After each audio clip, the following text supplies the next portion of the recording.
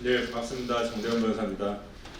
세 번째 세션으로 중대재해처벌법에 대한 기업 대응 방안을 말씀드리려고 하는데, 사실 이 짧은 시간에 어떤 중대재해처벌법에 관한 구체적인 굉장한 뭔가 묘수를 듣고 싶어서 오신 분이 있다 그러면 뭐 그런 묘수는 없을 것 같고요.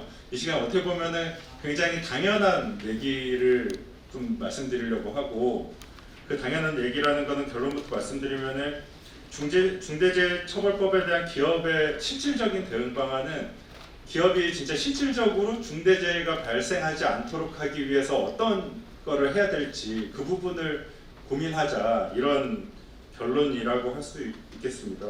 그래서 그 앞에서 이제 김 교수님께서도 말씀 주셨는데, 그 중대재해처벌법의 그냥 원론 그러니까 중대재해처벌법의 어떤 근본적인 것부터 굉장히 노동계와 경영계가 대립이 심하고 그 이해의 폭을 줄이기가 굉장히 어려운 것 같고요.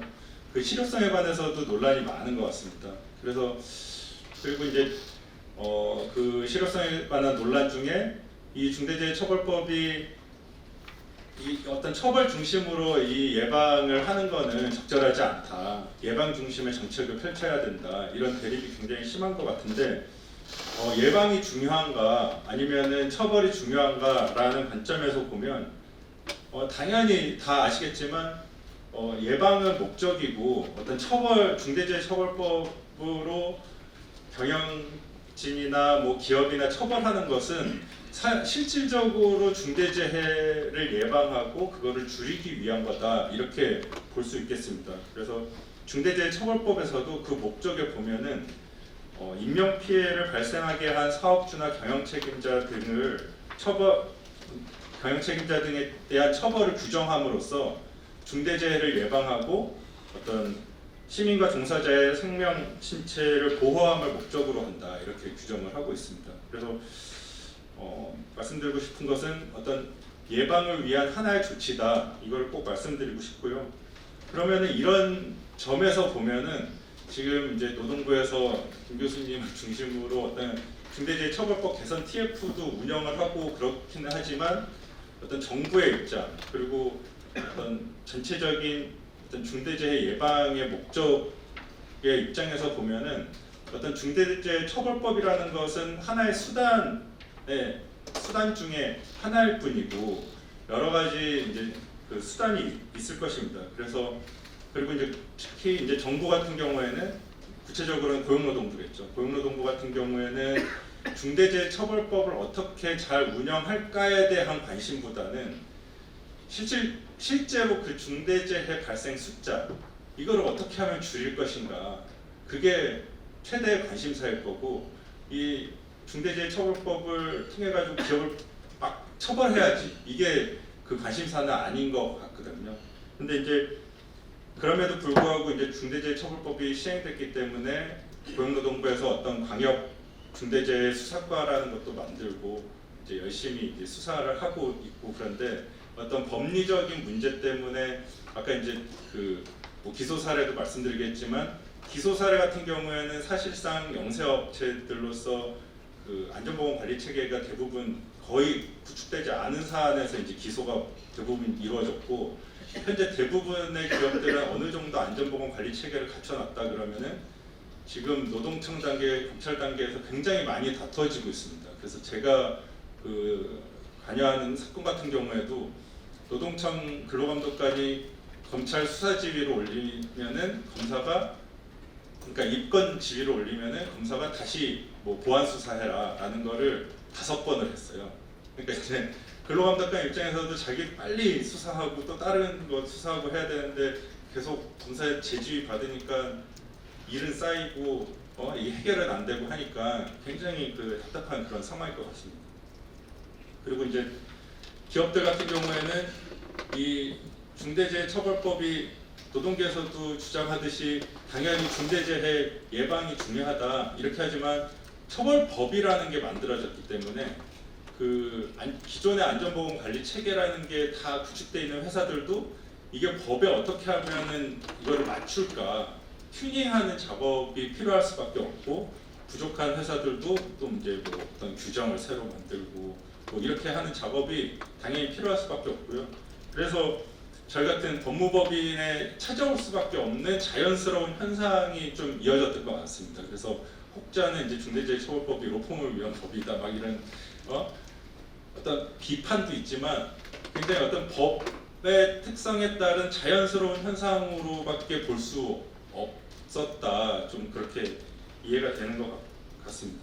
그래서 그런 상황에서 다시 또 이제 노동부 입장에서는 그러면은 좀 더 어떻게 실질적으로 어떤 그런 형식적인 거를 갖춰서, 사실 로펌이 어떤 안전 전문가가 아니잖아요. 어떻게 하면은 중대재해를 줄일 수 있을까에 대한 전문가가 아닌데 로펌에 찾아가서 자문을 구한다는 게 굉장히 아이러니한 그런 현상인데, 그게 아니라 어떻게 하면 그 법 취지에 맞게 실질적으로 중대재해 예방할 수 있는 거를 찾을까, 그런 걸 고민하다 보니까 좀 이제 명확하고 구체화하고 자율성을 강조한다, 이렇게 이제 개선 방향을 잡고 있는 것 같은데, 또 그럼에도 불구하고 또 기업들은 그러면 자율성을 강조하게 되면은 자율적으로 하다가 중대재해가 발생하면 어떻게 처벌은 어떻게 되냐, 이런 고민의 어떤 굴레가 계속 뭐 반복될 수밖에 없는 그런 상황 같습니다. 근데 오늘 제가 말씀드리고 싶은 것은 아까 초대에도 말씀드린 것처럼 기업의 대응 방안, 그런 이런 상황에서 중대재해처벌법에 대응하기 위한 기업의 대응 방안은 어떤 법에 맞춘 형식적인 그런 대응보다도 과연 우리 기업의 어떤 특성을 고려할 때 실질적으로 예방할 수 있는 방법이 무엇인가, 이런 부분을 고민해 봤으면 좋겠다라는 것이고요. 그런 측면에서 어떤 고용노동부도 정책을 계속 내고 있는 것 같습니다. 그래서 오늘은 고용노동부 정책을 중심으로 좀 말씀드리고, 또 기업이 어떤 활동을 하면 좋을지 말씀을 드리고 있습니다. 일단 2023년도 고용노동부의 근로감독 종합계획인데요. 이거를 말씀드리는 이유는, 이거는 중대재해처벌법에 관한 건 아니지만 일반 근로감독함에 있어서도 목표는 노사 법치 확립을 통한 공정한 노동시장 구축이다라고 하면서, 이거를 달성하기 위한 방식으로 법과 원칙 확립이라는 주제하에 여러 가지 특별 감독을 하겠다, 이런 것도 있지만 어떤 취약한 노사보호 지원이라든지 근로감독 내실화 역량 강화, 이런 정책도 펼치고 있습니다. 이와 유사하게 또 중대재해 감축에 관한 고용노동부 정책에서도 이제 작년 11월에 중대재해 감축 로드맵이라는 것을 발표했는데, 이 로드맵에 보시면은 요약된 내용이기는 한데 어떤 중대재해처벌법에 관한 게 없습니다. 딱 언뜻 보기에는. 첫 번째로 위험성 평가 중심의 자기규율 예방 체계 확립, 두 번째로 중소기업 등 중대재해 취약 분야를 집중 지원 관리하겠다, 세 번째로 참여와 협력을 통한 안전의식 문화를 확산시키겠다, 네 번째로 산업안전 거버넌스를 재정비하겠다, 이렇게 큰 틀을 가지고 있고요. 구체적으로 들어갔을 때 중대재해처벌법에 관한 것은 위험성 평가 중심의 자기규율 예방체계 확립의 내용 중에 하나로 자기규율 예방체계를 뒷받침하기 위한 감독 행정과 법령 기준 정비하겠다라는 내용 중에 중대재해처벌법에 관한 내용이 좀 포함되어 있다. 그래서 노동부 정책은 어떤 중대재해처벌법이 우리 실질적인 중대재해 예방을 위한 굉장히 일부다, 또 그렇게 이해하시면 좋을 것 같습니다. 그리고 이제 특히 뭐 또 좀 말씀드리고 싶은 게, 중대재해 취약 분야 집중 지원 관리하겠다라고 하면서 하는 내용들 구체적으로 보시면은 이제 50인 미만 사업장에서 굉장히 중대재해가 많이 발생하기 때문에 그 부분에 집중 지원하겠다. 그다음에 건설 제조업에서 70% 이상 발생하니까 그 부분에 집중하고, 그다음에 사고 유형을 보니까 추락기인 부딪힘에서 중대재해가 60% 이상 발생한다. 그래서 그 부분은 집중 관리하겠다. 그리고 원청보다는 하청에서 많이 발생하더라. 그리고 그런 부분에 초점을 맞춰서 이제 중대재해 예방 활동을 하겠다라는 것을 중대재해 감축 로드맵으로 발표한 바 있습니다.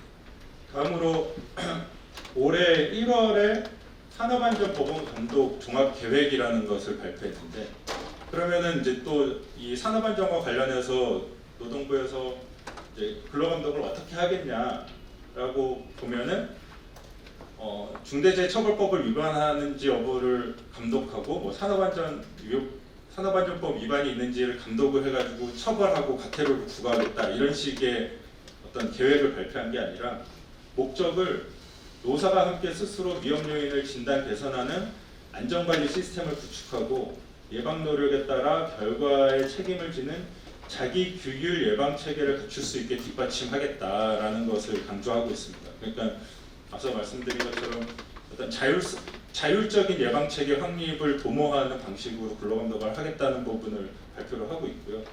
그 구체적인 내용으로 빅데이터 분석을 통해서 고위험 사업장 8만 개소를 선별 집중 관리하겠다라고 발표를 했습니다. 그러니까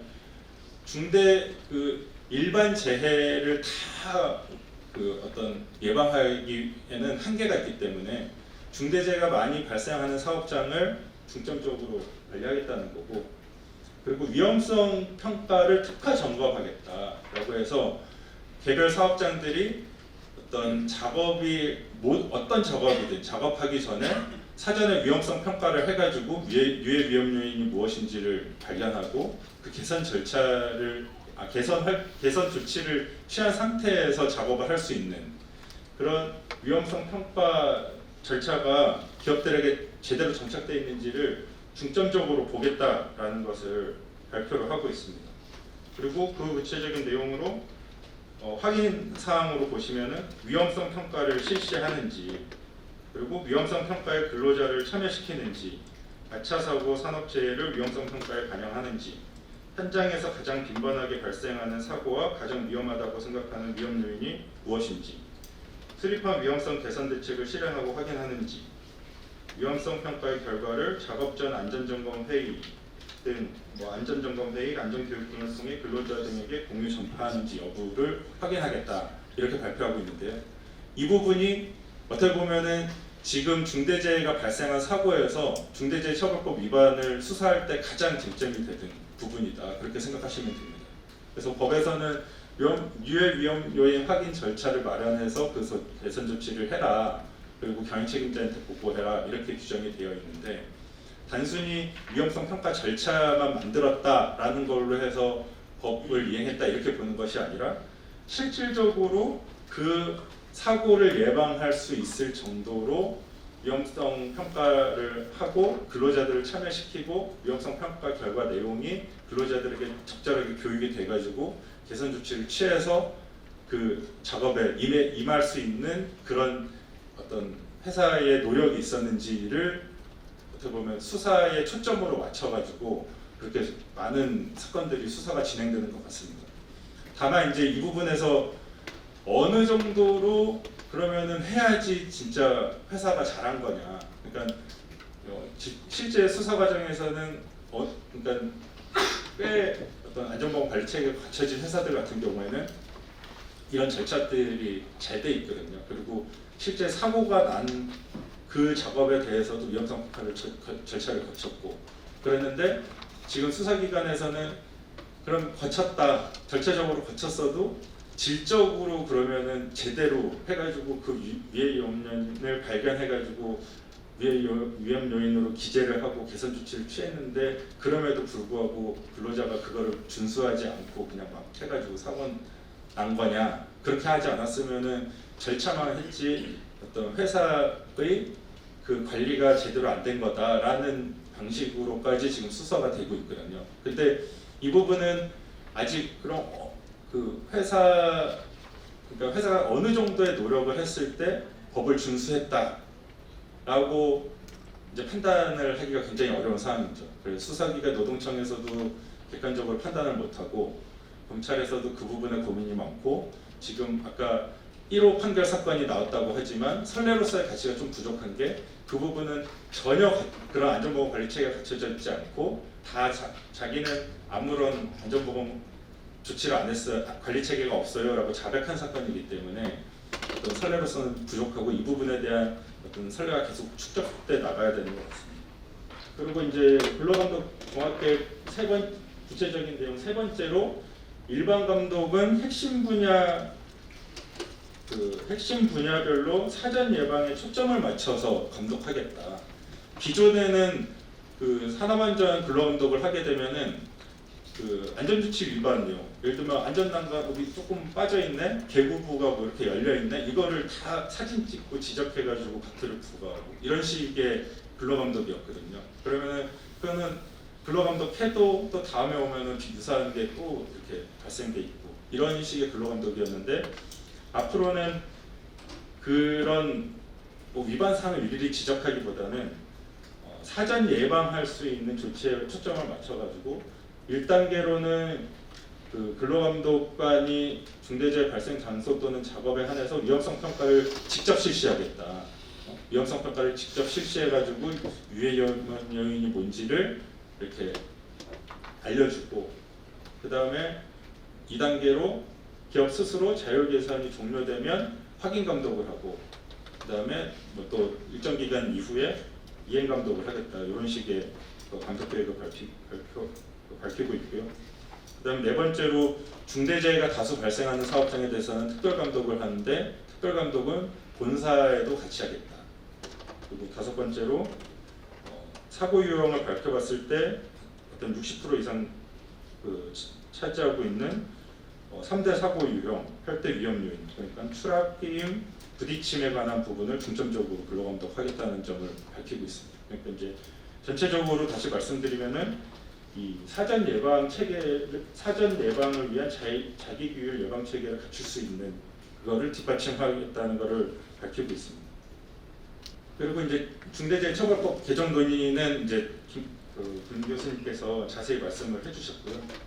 그래서 이 부분도 노동부에서는 그런 방향일 것 같습니다. 김 교수님 설명을 들어도 이게 그러니까 조금은 계속 여러 가지 설명을 하고, 지금 수사기관도 마찬가지인 게 뭐 법 취지는 다 공감하지만 이게 정작 그러니까 중대재해, 우리도 중대재해가 발생하고는 쉽지 않다. 어느 기업에서 중대재해가 발생하고 싶겠어요. 다 예방 조치는 하고 하지만 만에 하나 중대재해가 발생했을 때 그래도 어떤 법적으로 안전장치는 있어야 되는데 그 부분이 너무 불명확하다. 수사기관도 모르고 지금 법원도 그 기준이 명확하게 없는 그런 상황이다라고 하니까 그 부분을 조금 어떤 실효성 있는 방향으로, 그리고 어떤 객관적으로 판단이 가능한 방향으로 개정 논의가 이루어지지 않을까, 저는 그렇게 생각을 하고 있습니다. 그래서 그러면은 이런 환경 속에서 기업의 대응 방안은 뭐냐라고 하면 원론적인 얘기입니다. 그 중대재해처벌법에서 얘기하고 있는 그 산업 안전에 관한 컴플라이언스 체계를 잘 구축해가지고 운영을 하자, 그런 것입니다. 근데 지금 법 시행 초기에는 많은 기업들이 이 말하자면은 그 법 시행령에서는 그 경영 방침을 세워라, 뭐 전담 조직을 둬라, 유해 위험 요인 관리 개선에 관한 절차를 마련해라, 뭐 예산에 관한 뭐 조치를 해라, 이런 것들이 쭉 시행령에 열거돼 있다 보니까 이 열거된 조치 하나하나를 어떻게 하면 그 형식적으로, 서류적으로, 그리고 우리 회사의 절차적으로 그거를 이해할까에 좀 초점을 맞추는 부분은 있었던 것 같아요. 근데 이제 앞으로 이제 법 시행 1년이 지났으니까 결국은 법 취지는 이거 하나하나가 중요한 게 아니라 결국에는 어떤 작업을 할 때 위험 요인을 파악해가지고 위험 요인을 제거 대체 통제할 수 있는 방안을 마련해서 안전한 방식으로 작업을 할 수 있도록 해라.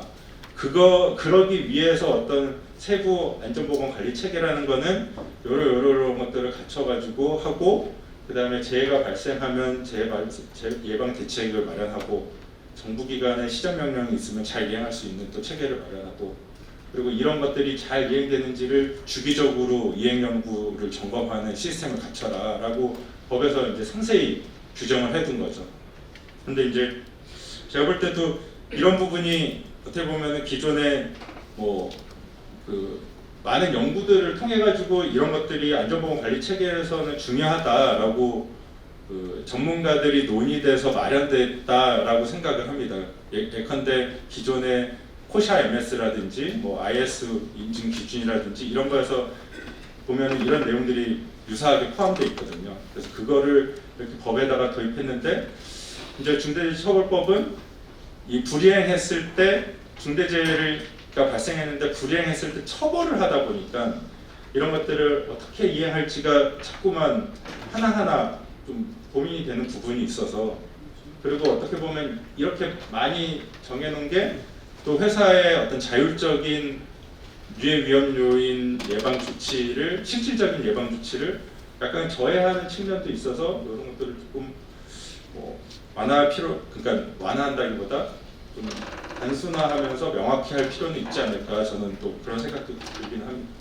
다음으로는 그러면은 이런 안전보건 관리 체계 하에서 어떻게 하면은 그러면 실질적으로 중대재해 예방 조치를 할 수 있는가라고 생각해 보면은 그 근로감독, 그러니까 노동부의 근로감독 방향을 참고해가지고 우리도 내부적인 안전보건 활동을 하는 것을 고려해 보실 수 있을 것 같습니다. 왜냐하면 노동부도 이 중대재해를 감축하기 위해서 얼마나 고민을 많이 했겠습니까?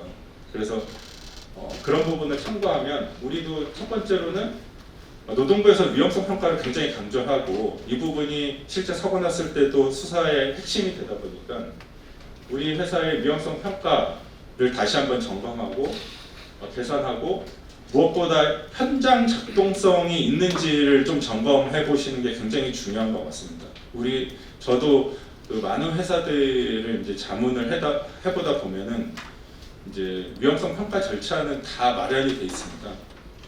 근데 이제 그 마련은 돼 있는데 실제 위험성 평가를 할 때 실제 작업을 수행하는 현장 작업자들은 전혀 참여하지 않고 관리자들이 이렇게 위험성 평가서를 작성하고, 그리고 협력업체가 실제 작업을 하는 경우가 많은데 협력업체 대표자가 참여하거나 협력업체는 참여하지 않는 상태에서 위험성 평가가 진행되거나, 그러고 나서 교육이라도 잘 되면은 모르겠는데 그 교육도, 전파 교육도 책임자한테만 이렇게 알려줬는데 실제 그 작업자들한테는 전파가 잘 안 되고, 이런 경우가 굉장히 많거든요. 그런 경우에 또 사고가 나게 되면은 이게 위험성 평가 절차가 잘 준수됐는지 여부에 대해서 계속 이제 수사 과정에서도 문제가 되고 또 그렇게 되는 거죠. 그리고 제가 보면은 위험성 평가가 제대로 이루어졌다 그러면은 사고가 안 일어났을 것 같다라고 생각되는 그런 사고들도 진짜 상당히 있는 것 같습니다. 예컨대 작업할 때 보면은 야간이라든지 주말이라든지 이렇게 비상시적으로 발생하는 작업, 비상주 업체가 갑자기 들어와서 작업하는 경우, 이런 경우에는 이런 절차가 제대로 안 갖춰지고 위험 작업을 하게 되는 경우가 왕왕 있더라고요. 그런데 그런 데서 꼭 사고가 나는 경우도 좀 있는 것 같습니다. 제가 볼 때. 그러니까 그런 식의 우리 기업에서 혹시 위험성 그런 절차가 제대로 안 이루어지는 부분이 어디인지 전반적으로 좀 확인해 보시고 어떤 실질적으로 협력사까지 말하자면 점검을 할 때 협력사 작업자들에 대한 인터뷰를 해본다든지 이런 점검까지 좀 고려를 해서 위험성 평가를 개선하면 좋겠다, 이런 생각이고요. 그다음에 노동부도 강조하듯이 일단은 중대재해 발생에 좀 초점을 맞춘다면 일반 작업할 때 중대재해가 막 잘 발생하지는 않으니까 중대재해가 발생할 수 있는 고위험 작업이 무엇인지, 우리 사업장 내에서는 고위험 작업이 무엇인지를 좀 선별해가지고 그 부분을 집중적으로 관리하고 할 필요가 있을 것 같고요. 그 구체적인 방식의 일환으로는 경영 책임자가 고위험 작업에 대해서는 이런 거는 내가 좀 관리하겠다. 또 그 현장에 방문해서 주기적으로 점검도 하고 이런 활동도 필요할 것 같고요. 이거 2번이랑 연관이 되는데 그 노동부에서 말한 3대 사고 위험, 8대 위험 요인을 우리 사업장에서는 어디서 이런 작업이 이루어지는지를 좀 파악을 해가지고 이 부분은 집중 관리할 필요가 있을 것 같습니다. 그리고 최근에 많은 회사들이 그 고위험 작업에 대한 작업 허가 절차를 마련해서 실행을 하고 계신 걸로 알고 있는데요. 혹시 이런 절차가 없다 그러면은 고위험 작업에 대해서는 반드시 작업 허가 절차를 마련해서 최소한의 그 위험성 평가와 교육이 이루어진 상태에서 그 작업이 될 수 있도록 그런 제도를 마련할 필요가 있겠습니다. 네, 다음으로는 제가 이제 자문하면서 굉장히 이제 자문하기도 어렵고 어떻게 이거를 접근하면 좋을까 하는 고민이 많은 시점을 좀 말씀드리고 그거에 대한 제 소견을 좀 말씀드리려고 하는데요. 이 안전관리를 함에 있어서 딜레마가 있는 그런 사안들이 있습니다. 어떤 부분이냐면은 이게 원청인데 원청으로서 안전관리를 그러니까 사내 협력사의 사고가 많이 난다고 하니까 사내 협력사에 대해서 안전관리를 너무 빡세게 하고 뭐 조금 위험하게 하는 게 있으면은 시정 지시하고 이런 활동을 너무 열심히 하면은 이른바 불법 파견 파견법 위반에 해당할 소지는 없는가? 파견법 위반이라는 불법 파견이라는 거는 원하청 관계에 있어서 그러니까 하청 근로자에 대해서 직접적인 지휘 명령을 하면 안 된다 이런 거거든요. 근데 안전 조치를 너무 강조하다 보면은 불법 파견에 해당하는 거 아닌가 이런 고민이 좀 있는 기업들이 좀 있는 것 같고요. 그다음에 아까 권범준 변호사님도 건설공사 발주자가 쟁점이 된다 이런 말씀도 주셨는데 건설공사를 발주한 경우에 건설공사 발주자는 일반적으로 중대재해처벌법이 적용되지 않는다라는 게 노동부 입장이고 지금까지 건설공사 발주자는 다 이렇게 송치된 경우가 없는 것으로 저는 알고 있습니다. 근데 법에서 건설공사를 발주한 경우에도 시공을 주도해서 총괄 관리하는 경우에는 도급사업주가 된다. 그러면 도급사업주가 되면은 또 협력사들에 대한 안전조치 의무를 부담하게 되죠. 그러니까 그러면 건설공사 발주자로서 많은 기업들이 사내에 뭐 공장을 추가 증설한다든지 할 때 안전조치를 다 하고 있거든요. 작업 허가도 다 받도록 하고 있고. 근데 그런 활동이 혹시 시공을 주도해서 총괄 관리하는 조치로 오해를 받을 수 있으니까 그냥 펜스 닫히고 네가 알아서 하고 나는 아무 관여도 안 하는 게 법적으로는 안전한 건가 이런 좀 딜레마가 있는 것 같습니다. 당연히 관여를 하고 안전조치를 하도록 하는 게 재해 예방에는 도움이 될 텐데 법적으로는 그게 리스크가 생기는 거 아닌가 이런 고민이 있는 것 같아요. 경영 책임자 아까 삼표산업 회장이 기소된 사례도 있었는데 어떤 여러 가지 그룹사의 회장이라든지 아니면 CEO, CSO 관계에서 CSO한테 안전보건에 관한 정권을 다 부여하고 의사결정 권한을 부여했는데 CEO가 자꾸 안전보건에 관한 사항을 보고받고 아니면 또 그룹 회장이 보고받고 하면 그게 혹시 안전보건에 관한 의사결정권 그리고 사업을 총괄 대표하는 사람으로 돼가지고 경영 책임자로 인정되는 건 아닌가 이런 고민이 있는 것 같습니다. 오히려 그러면은 법적으로 안전하게 나한테는 아무것도 보고하지 마. 나는 그냥 모를래. 약간 이런 경향도 있는 것 같거든요. 근데 그게 결코 어떤 중대재해 예방 측면에서는 도움이 안 되는 것 같다는 생각이 듭니다. 이거와 관련해 가지고 저는 아직까지 요거에 대한 좀 정답은 없는 것 같습니다. 그래서 자문을 할 때도 그런 부분을 조금 고려는 하되 그러니까 안전조치를 최대한 할 수 있는 방식으로 해라 이런 식으로 좀 애매모호한 의견을 좀 드리는 상황이기는 한데요. 제가 재작년에 울산지방법원에서 판결된 건설공사 발주자에 관한 사안이 굉장히 어떻게 보면은 합리적인 판결이고 앞으로 이런 지금 말씀드린 딜레마 사안에 대해서는 이런 식의 방향으로 법이 적용돼야 되지 않을까 이런 생각이 듭니다. 이 사안은 뭐냐면은 공장의 지붕에 수리할 일이 있어가지고 지붕 수리 건설공사를 원청이 발주를 했고요. 건설업체가 지붕 공사를 하다가 추락해서 사망한 사고입니다.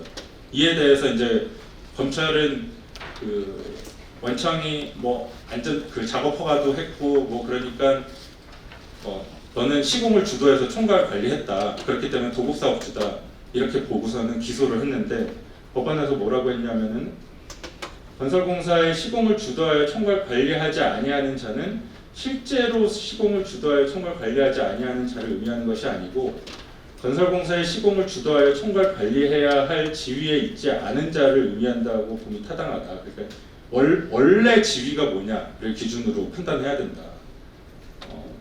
만약에 그런 지위에 있음에도 불구하고 그와 같은 책임을 방기해서 실제로 총괄 관리하지 않는 경우에는 면책되고, 만약에 그런 지위에 없었음에도 불구하고 좀 재해 예방 활동을 하기 위해서 안전조치에 관여하는데 그게 약간 미흡해가지고 사고 난 경우에는 처벌하고, 그러면은 둘 중에 누가 나쁜 놈이냐 봤을 때 조금이라도 안전조치 하려고 했던 사람이 더 좋은 사람이 좋은 원청인 것 같은데 오히려 방기한 사람은 면책되고 관여한 사람은 처벌되고, 이거는 법치주의에 맞지 않는다, 규범의 목적에 부합하지 않는다라고 판단해서 건설공사 발주자로 인정을 한 그런 사안입니다. 그래서 아직 이 부분에 대해서 뭐 선례도 없고 좀 법적으로 애매하고, 지금 여러 가지 수사 과정에서도 이 부분은 어떤 수사 과정에서는 이런 부분을 자꾸 엮어가지고 그런데 CEO가 경영 책임자다라는 근거 자료로 막 보고받은 것도 좀 그 근거로 삼고 이런 경향이 있는데, 이런 어떤 판결에 유사하게 중대재해처벌법 및 산업안전보건법의 목적에 부합하는 방식으로 중대재해처벌법이 적용돼야 하지 않을까 기대를 해보고요.